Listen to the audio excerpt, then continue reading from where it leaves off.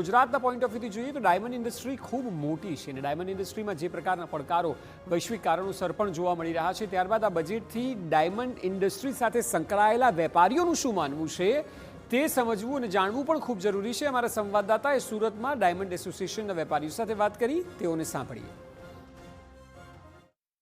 કેન્દ્ર સરકાર દ્વારા જે બજેટ રજૂ કરવામાં આવ્યું છે અને તેની અંદર સુરતની અંદર જે સૌથી બે મોટો ઉદ્યોગ છે, જેમાં ટેક્સટાઇલ અને ડાયમંડ, ટેક્સટાઇલની અંદર સૌથી વધુ જે છે ભાર મૂકવામાં આવ્યો છે, પણ જે રીતે ડાયમંડ અને જ્વેલરી ઉદ્યોગના જે વેપારીઓની જે આશા અપેક્ષા જે જોડાયેલી હતી તે પ્રમાણે કોઈ પણ ઉલ્લેખ નથી થયો। તો આપણે જે વેપારીઓ છે, ડાયમંડના એક્સપોર્ટર છે, તેમની સાથે સીધી વાત કરીશું કઈ રીતે જોઈ રહ્યા છે, કારણ કે સૌથી મહત્વની વસ્તુ એ છે કે ઘણા સમયથી આશા અપેક્ષા રાખી રહ્યા હતા। ડાયમંડની અંદર મંદીનો માહોલ છે।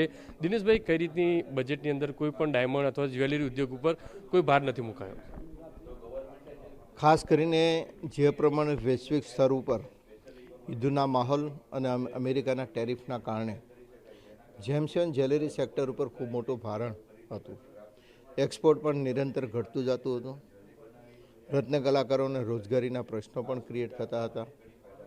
આ બજેટની અંદર જે 2-3 મુખ્ય માંગણીઓ હતી કે સ્પેશિયલ ઇકોનોમિક ઝોનની અંદર વિદેશથી જે માઇનિંગ કંપનીઓ આવે છે એ અહીંયા રફ સરળ રીતે વેચી શકે, એની માટે ભારત સરકાર દ્વારા 4% સેફ હર્બલ ટેક્સ જે લેવામાં આવતો હતો એને નાબૂદ કરવામાં આવે, જેથી કરીને ભારત એક નવું ટ્રેડિંગ રફનું નવું ટ્રેડિંગ હબ બની શકે।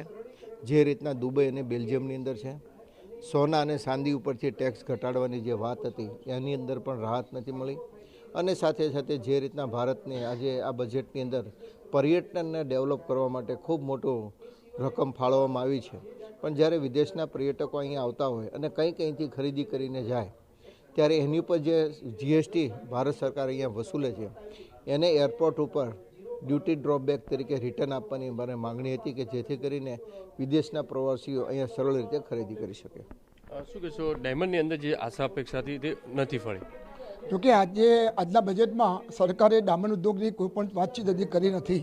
ઘણી ખરી માગણીઓ જે છે એ માગણીઓનું કદાચ આવનાર દિવસમાં સરકાર તરફથી કંઈ ખ્યાલ આવે, પણ હાલ કોઈ એવી થઈ નથી। પણ જે રીતે આજે જ્વેલરીની અંદર ઇમ્પોર્ટમાં 6% ડ્યુટી લાગે છે, એ જો ડ્યુટી પર જો ઘટાડવામાં આવે તો જ્વેલરી ઉદ્યોગને ફાયદો થાય।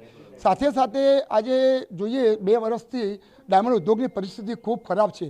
તો નેચરલ ડાયમંડની અંદર જ્યારે ભાઈ વાત કરી દિનેશભાઈએ કે હર્બલ ટેક્સ જો 4% છે જો એ ઘટાડવામાં આવે અને રફ અહીંયાથી જ લોકોને મળે તો મિનિમમ લોકોને બહાર જવાથી જે કંઈ 2-3% ખર્ચો લાગે એ પણ ન લાગે અને સ્થાનિક લેવલે આ માર્કેટ વધે અને લોકોને સારી રોજગારી મળે અને આવનાર દિવસમાં ફરી ડાયમંડ ઉદ્યોગ ઝળહળે અને કરોડો રૂપિયાનું મૂલ્યામણ સરકારને મળે, તો એ દિશામાં સરકારે પણ ધ્યાન રાખવાની જરૂર છે।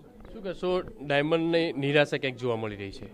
ડાયમંડ ઇન્ડસ્ટ્રીને સીધી તો કોઈ બેનિફિટ આપવામાં નથી આવ્યું બજેટની અંદર, પરંતુ એમએસએમઈ સેક્ટરમાં એસએમઈ ગ્રોથ માટે 10,000 કરોડનું ફંડ ફાળવવામાં આવ્યું છે।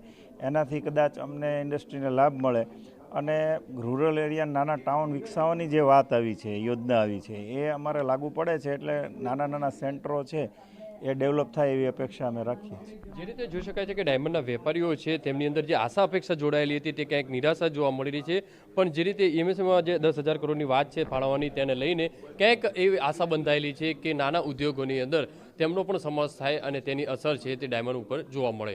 કેમેરામેન સંજય ચંડેલ સાથે બલદેવ સુથાર, TV9।